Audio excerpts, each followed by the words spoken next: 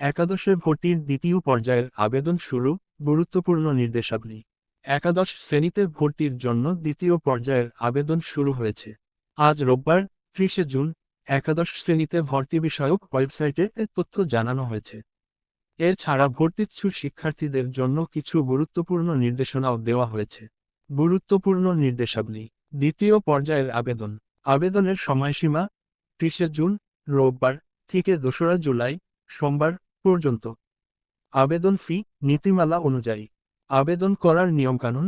একাদশ শ্রেণীতে ভর্তি বিষয়ক ওয়েবসাইটে https://exclassadmission.gov.bd/ প্রথম পর্যায়ের নিশ্চয়ন।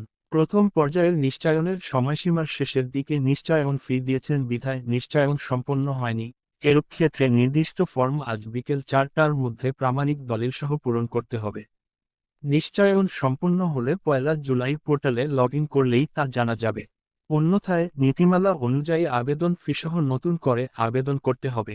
ভর্তি প্রক্রিয়া। 3 ধাপে আবেদন, ফল প্রকাশ, নিশ্চয়ন ও মাইগ্রেশন শেষে 15 জুলাই থেকে ভর্তি প্রক্রিয়া শুরু হবে।